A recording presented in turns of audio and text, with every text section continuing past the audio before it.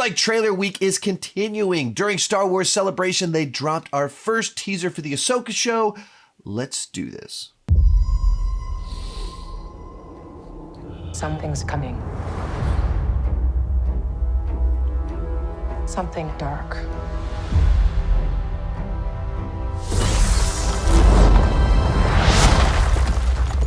I sense it.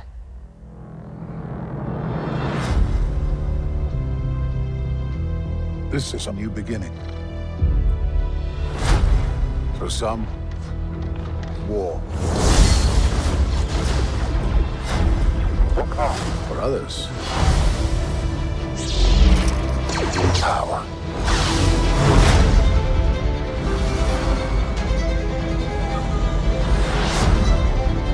It's been a while. Things have changed. I started hearing whispers about Thrawn's return as heir to the Empire.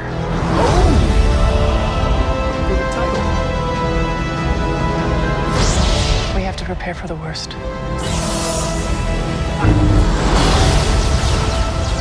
The Jedi fell a long time ago. There aren't many left.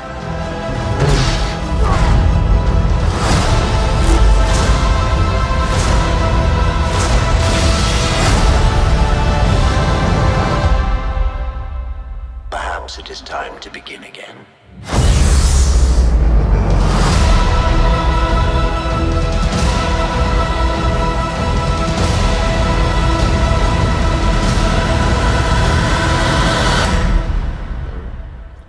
Alrighty, real quick before I let you know what I thought about the trailer, go ahead and join me down below in the comment section. Tell me what you thought about the trailer. I've done a ton of other Star Wars content. You can check that out right up here when this video is done with.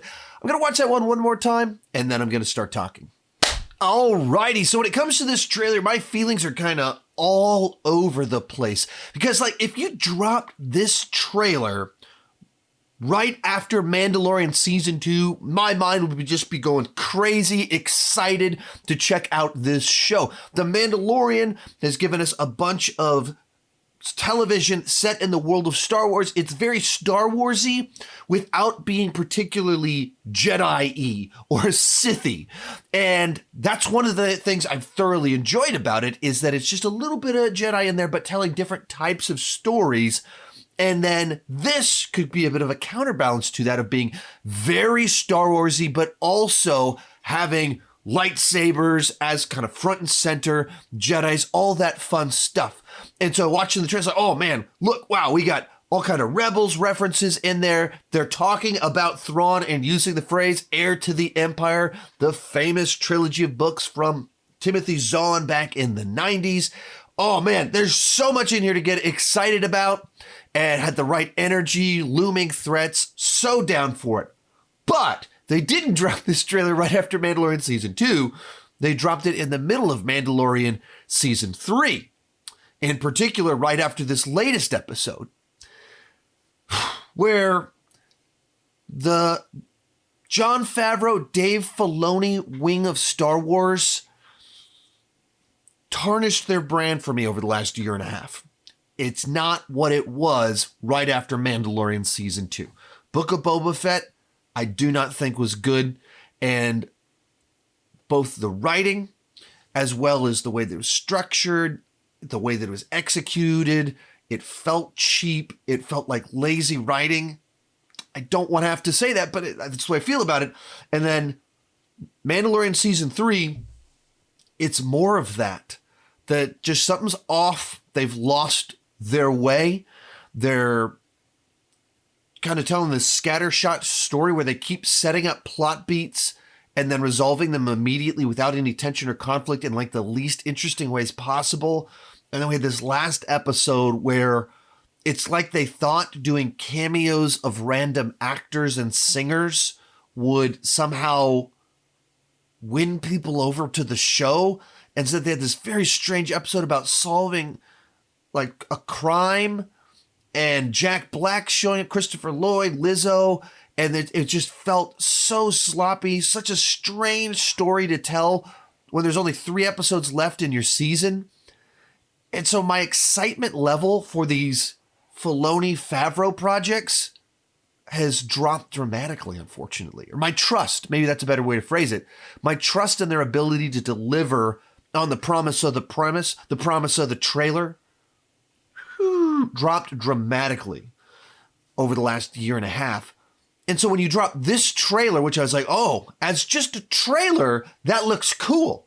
As a trailer, I'm interested to see that. Let's take this character from Clone Wars and these characters from Rebels and really kind of spin them off in this live action adventure, following up with where are they at now? Cool. The guys that did Mandalorian Season 3 and Book of Boba Fett doing another season, not as cool. Not as exciting to me.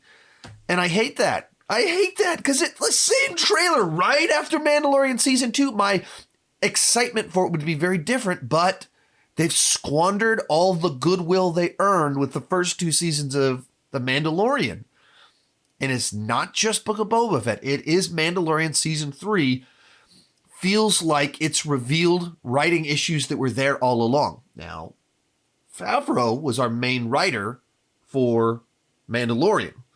Maybe that's where there's a bit of a difference here. That was more Favreau with Filoni coming in, and this is Filoni with Favreau coming in a little bit. So maybe that'll be the difference to where this is able to actually deliver.